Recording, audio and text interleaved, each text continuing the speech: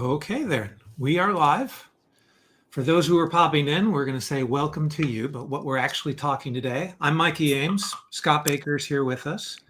We've been doing these daily conversations for more than 2 years now.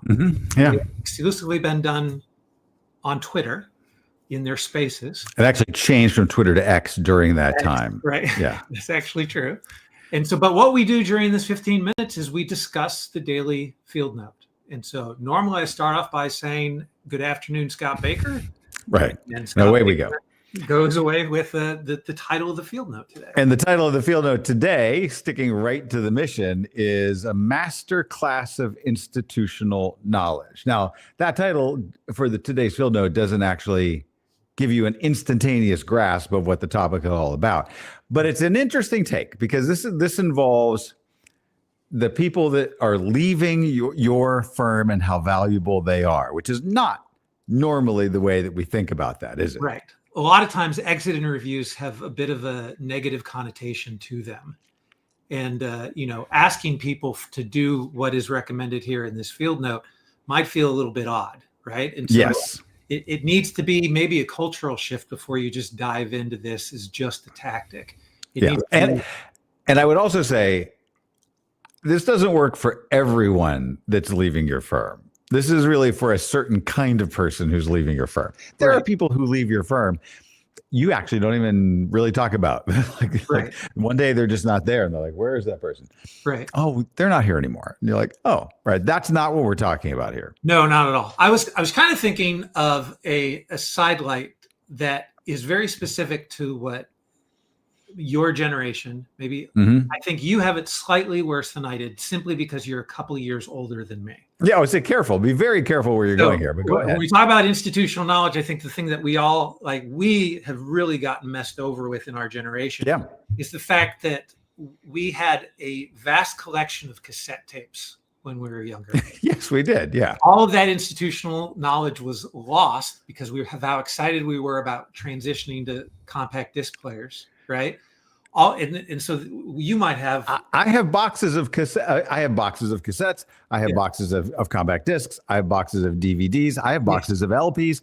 None of them matter anymore. No, not at all. And that's my point, is because you probably have boxes of 8-tracks as well. And so in terms of like really getting messed over, moving from records and 8-tracks to cassettes and CDs, you are specifically transitioned 7 or 8 different times, like from where your institutional knowledge is and how you were hoarding it. And now none of it matters because you've got a streaming access to Apple Music. So 10 years from now, are we going to feel like the institutional knowledge is lost once again and we're going to make another transition?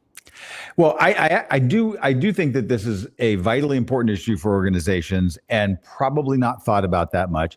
And certainly when you start to get at geezer level age, as I am, and you're not quite there, but soon, you start to realize people just don't remember. Like you don't remember like what we're doing right now, and using the StreamYard platform, and now you can be live, and you can be live on YouTube and Substack and everything else. I was doing live 2-hour online high definition conversations every day in 2007, 2008, 2009, 2010. And it was tricky to figure out back then. It's not now. And so, but the technology didn't matter. Yes, right. Like the technology didn't matter at all compared to like what we're using right now. Right. But there's a lot of lessons that you have from that time and place that I definitely wanted to capture, right? We definitely like in knowing how to pull this off, whether or not we could do it on a daily basis, what it means for us to do it daily. Does it matter? Do we need the certain kind of people to do it? How do we take vacations? Like all of that kind of institutional knowledge is important as we're just doing this little simple project. So here's the thing I think that happens with a lot of folks. You have somebody that's going to leave your organization, and there are people that you want to embrace and wish them well, support them in their new endeavor. There are people where maybe it's not even on bad terms, but the principals of the firm probably are still not happy that that very talented person is leaving. So you have a choice here. Do we just be like, all right, she's leaving. We know she's going to go set up her own shop. We're not happy about this, so we're just going to not talk about it and let it happen, right? Or do you realize there is a value to embracing the contributions that this person made to your organization and say, you know what we would love you to do? We're going to refer people to you. Like, you would want to have a relational thing, but could you hold kind of like a 90-minute session with everybody down to the interns in the firm before you go, just on the lessons you've learned? This is not even just sort of the detail of like, look right at the 22 steps that you did every day to make sure that we don't melt down the nuclear reactor, right? I mean, it can be very technical things, but just the idea of saying, we would like to really capture some of this wisdom before the door swings as you go out. Right. And so having that set is just like a normal thing that you do. Mm-hmm. It might take some time to get into the culture that this is something that we all do. You may think of it as your exit interview, but it's really the master class you're delivering to us so that we It is the master class is the phrase we use in the field note. And I think it's a good one, right? So let me ask you, if you did have like a little bit of snarkiness on your way out of an organization, like they didn't treat you very well, mm-hmm. there might be 3 or 4 people in the organizations that you still have a great relationship with, and you don't want them to be suffering just because you're leaving, right? Yeah. So there is this compelling nature that says, I'm going to put together a good class. It would probably be a pretty ornery individual who'd be like, I'm going to gather 30 people together and fry this place out. Right. Yeah. Right. Now, it could happen from time to time, which just makes it exciting. That's why people show up for the masterclass, just to make sure it's not going to all burn down. There might be another alternative way that you put it into practice, though.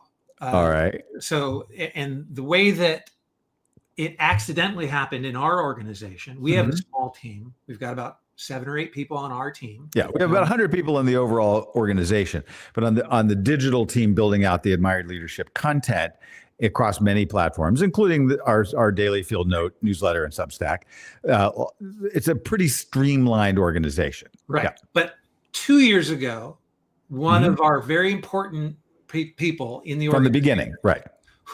She was with us from the very beginning, right? And Nancy did a fantastic job. Her hands were everywhere. Very diligent. Yes, extremely so. And her master class was basically, she went through all of her tasks on a daily basis because she didn't have anyone to train by the time she was in the organization.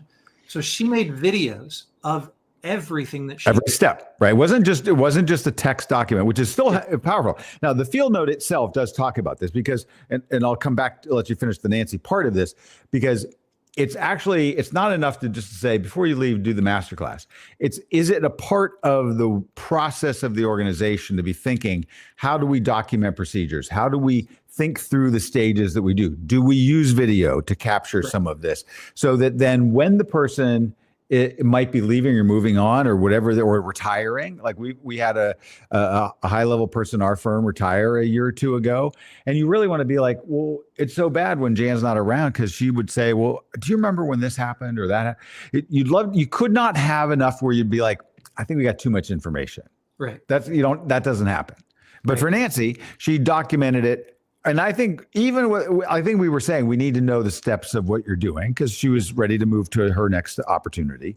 But it was proactive on her part to go above and beyond anything that we were asking to make sure that it was very clear, both in the strategic array of her area of purview, but also very typical the details, which set up for greater success without stabilization and aftershock. Yes. And even the folks who took her place 6 months later were saying, I'm really glad. And none of those videos were looking at Nancy, right? It was always Nancy just kind of clicking around on a screen. And so you heard her voice and you knew, but that institutional knowledge is still there. I still have it bookmarked in one of my browsers where I can go to it any moment. And that's really the kind of feeling that we're saying. If you don't have some kind of thing like that, then maybe this specific idea in today's field note is the best thing for you, is to start something that feels like a TED Talk inside of your organization. And outgoing people always give their TED Talks. Yeah. And look, we obviously now have tools that you can do screen capture and all of that. And there's technical ways of documenting these things. And obviously the ability to use LLMs you could just sit and talk into a voice recorder and have that transcription organized. And that makes it faster because you didn't have time to do all of that. Great. That's all fine.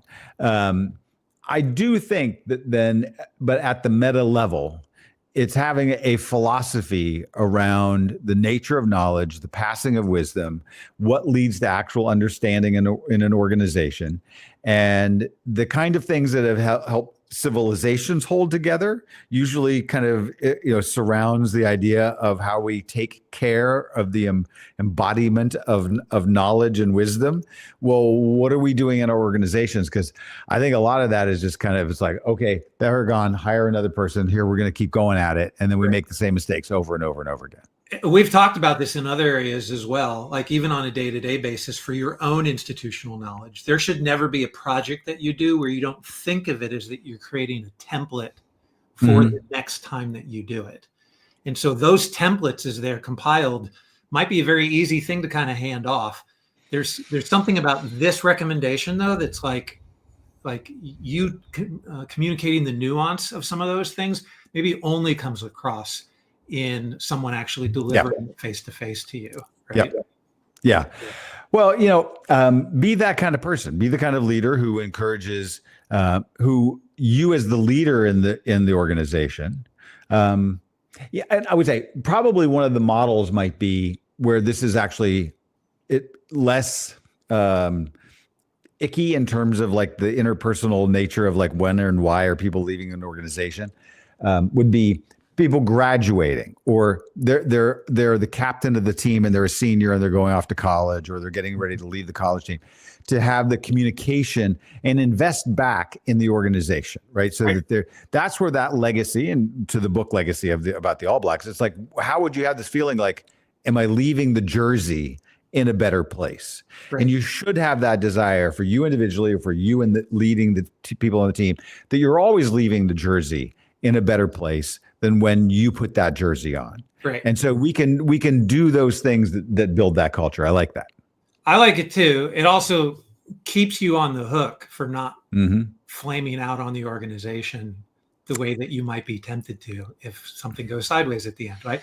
This is not about whether or not you're giving just desserts back to this organization that may have, let you go unceremoniously. Yeah. This is about who you are as an individual.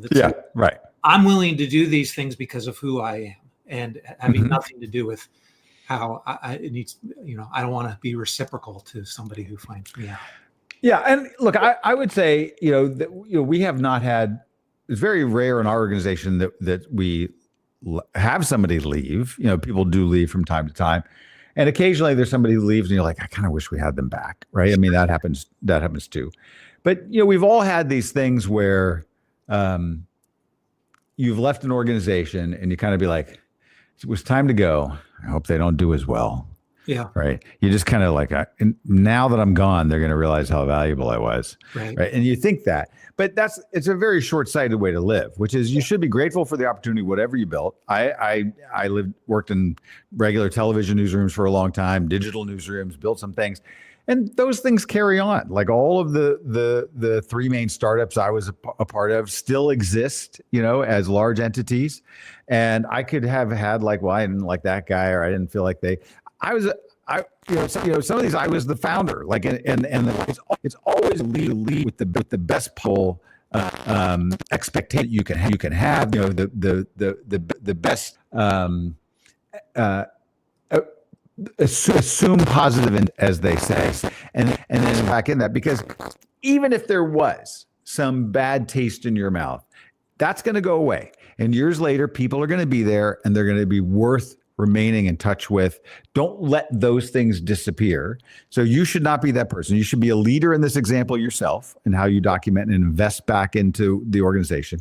And as a leader, you should do that too. And then we should all be preservers of wisdom and knowledge. I always like that movie that Denzel Washington was in, The Book of Eli, where he was the guy that was blind, but he'd memorized the entire. Oh, you just gave it away. You're not supposed to know. It's been out for a very long time. Spoiler alert! Right. And they get to the end, and they've accumulated this shelf of all of the wisdom literature, of the civilization, because that's what's important, to carry on the idea of the core ideas of a civilization. Right. Those are still important things.